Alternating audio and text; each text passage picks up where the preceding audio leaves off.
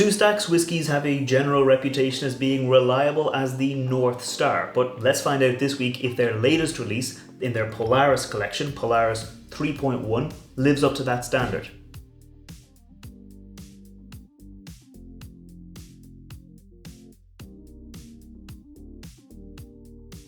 Welcome back to the channel. I'm Matt, I'm the Whiskey Nerd, and like I said, this week I'm looking at the Polaris 3.1 release from Two Stacks. So let me get it into the glass and I'll tell you a little bit more about it. Now, why is this called Polaris and why did I mention the North Star? Well, the North Star is called Polaris and it's actually there in their logo. So the Two Stacks logo, those are like the pillars of creation. It's a nebula and one of their collections of whiskey is called the Pillars of Creation. This one here is called the Polaris Collection, and this is the third kind of iteration of that collection, and the Polaris North Star is there in the logo. So this is one of the things they're doing where they're doing like single cask releases from Two Stacks, and they're just kind of doing different kind of, I suppose, styles. So the first release, the first kind of Polaris collection was using like, I think it was a cabernet franc ice wine casks, and they had a malt, they had a pot still, and then had a blend of malt and pot still releases in their 1, 2, and 3.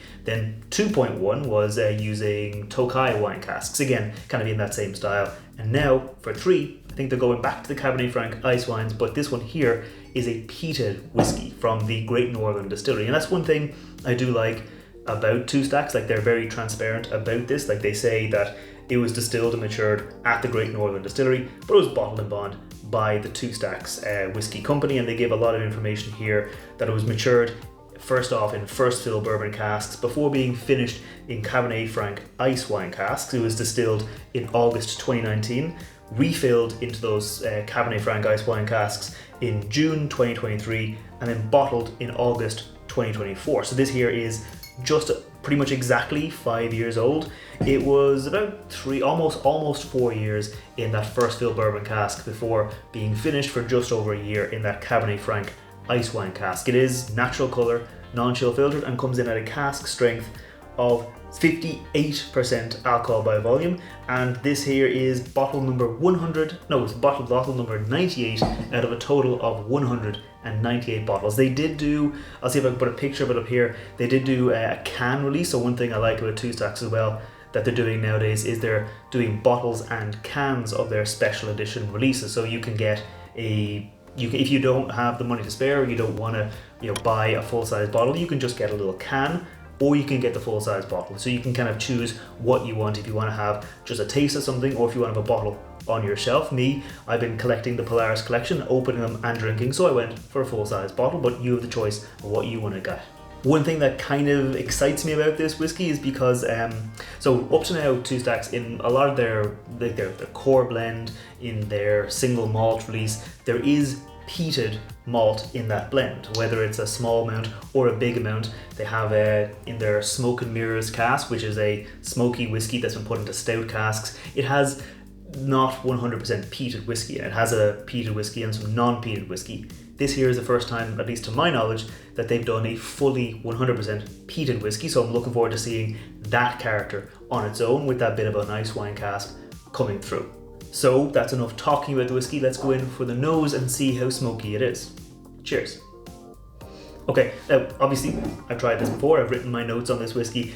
It is quite peaty, it is quite smoky up front. Like you get a big hit of peat jumping out of the glass, like you get a big hit of that peat, but you also get like a lot of the red berry influence from the wine coming through as well. But focusing in on that peat, I won't say it's like a sweet peat. I've had peated whiskies before where I say they're like a sweet peat. This here, more like a savory peat, more like almost reminds me of like a cured meat, like that fennel in the salami. You know, where you get that, it's not salty, but it's that savory kind of note where you get that savory cured meats, bit of peat smoke, like where you would use smoke to cure meat, is that kind of flavor coming through, where it's a little bit herbal but more savory than herbal.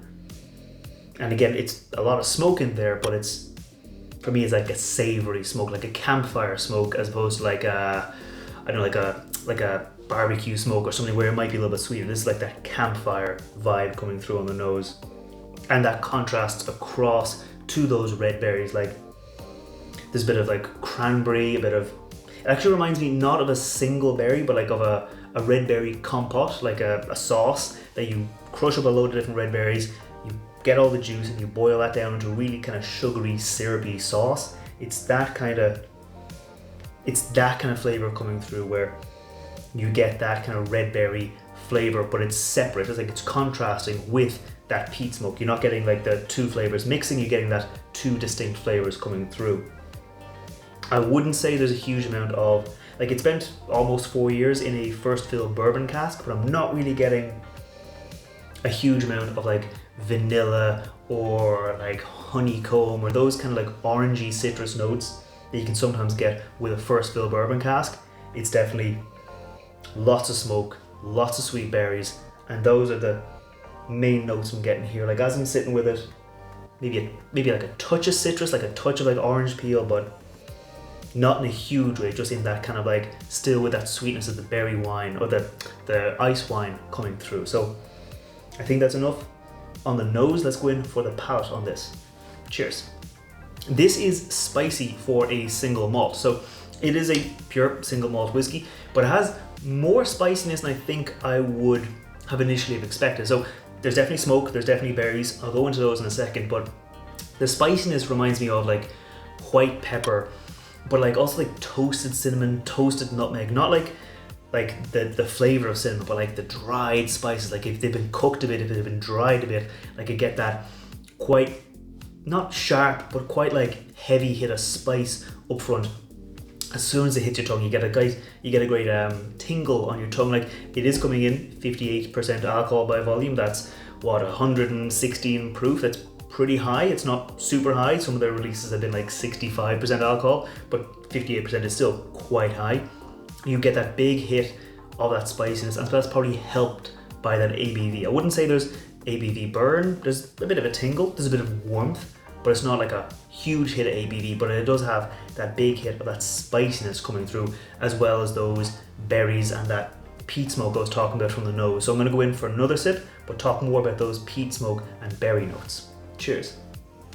Again, that peat smoke is what I would say savory. It's heading towards like a kind of a, almost like a Scotch, the iodine kind of note you get with some peated whiskies. It's heading towards that direction, but it's more in that peaty flavor, that more that smoky character, as opposed to like that kind of almost medicinal kind of peat character you get on some whiskies. Here though, the berries a little bit hidden behind the peat. On the nose, you get the peat, you get the berries. On the palate, you get peat smoke and berries. So the peat smoke is definitely much more to the fore on the palate than it is on the nose. Definitely still no ABV burn. Like I said, that tingle, that warmth, but no real burn. I did, when I was writing my notes for this, I added a bit of water to it. So I always prefer like reviewing whiskies as they come in the bottle, and then if I think it might do better with a little bit of water, I add a bit of water for my notes. I added a bit of water here, and the berries came a bit more for it. I also got a little bit more vanilla. I got a bit of vanilla, I got a bit of berries, but that peat smoke was still high. So at cask strength, you got the peat smoke here, the berries here. When I diluted it, the berries maybe came back a little bit, but that peat smoke was still the biggest note, still the strongest note, with a bit of the vanilla actually coming through on it. I got a little bit of vanilla more on the nose when I added a bit of water, but here at cask strength, still no real vanilla, just that peat smoke, that berry sweetness with a bit of that, like that touch of citrus like I was saying. But here on the palate at cask strength, it's a very much like a peat bomb on the whiskey. So let's go in for the finish on this whiskey and see how it changes. Cheers. Okay, so on the finish, like I said, up front you get that big hit of peat, the berries behind it. As I'm finished, as it goes into the finish, as I talk, like the warmth is there, bit of a spicy tingle is still there. You get a bit of like I said, white pepper on your tongue, bit of heat, but not like spicy, just spiced. The berries come back a little bit more to the fore as I'm talking, as I'm breathing. The berries are there, but that smoke is still the biggest, strongest note on this whiskey. You get a big hit of that smoke on the nose, you get a big hit of smoke on the palate, and then into the finish, it's still got that kind of campfire vibe. Like on the palate, like I said, it went a little bit more iodine-y, a little that direction. On the finish, it pairs back, it goes back to like that campfire vibe from the nose, where it's heading in the sweet direction, but kind of in that savory style of smoke. Before I give my final thoughts on this whiskey, if you're new here, scroll down, hit that thumbs up button, hit that subscribe button. I put out whiskey reviews like this every Wednesday, and I put out cocktail recipes featuring whiskey every Friday. So if you want to see those, make sure you hit that subscribe button and let me know down below if there's any other types of whiskey or any brands of whiskey you want to see me review in future. But right now, to my final thoughts on this whiskey, I'm kind of mixed about it. I like it, but I don't think it's my favorite of the Polaris collection. So I'm not the biggest fan of peat in the world, and that's one of the reasons why I don't do like scores. I don't score a whiskey because I don't really like peat smoke, but some people really like peat smoke, and so they will love this whiskey, but I'll be like, okay, it's grand. I mean, it's a peated whiskey, it's a big hit of peat on it. Not my favorite whiskey, but it's still, I can see that it's a very well made peated whiskey. At 5 years old, has a lot of character, has a lot of flavor, has a lot of going for it. But for me, if I was going for a Polaris whiskey, I'd go for one of the earlier whiskies, like the ones in the Tokaji wine casks, really, really nice. The first release they did, actually, I thought was really nice. Had a lot of red berries flavor coming through it. This here, still the red berries, but that peat smoke does take it down for me, and that's why I don't like giving scores. I just go in for the tasting notes, because if you like peat smoke, you might really like this one, because like I said, the nose jumps out of the glass with peat, the palate, again peat, the finish, again peat. Not my favorite. Definitely my wife Rose does not like this because she doesn't like peat at all really in her whiskies, but for me, I like it. I can see that it's nice. I'm definitely going to enjoy the rest of the bottle. I might share it out with some friends. I wouldn't say it's a bad whiskey, it's just not my favorite whiskey from them. But that's all there is, I think, from me to say about this whiskey. Like I said, if you like peat smoke, you're probably going to really like this one, and let me know down in the comments below if you want to see more peated Irish whiskies, if you want to see more whiskies released that are 100% made of peated single malt in Irish whiskey, because today that's still kind of rare. But like I said, I put out whiskey reviews on Wednesdays, cocktail recipes on Friday. If you want to see more, make sure you hit subscribe, and I will see you next time. Slán.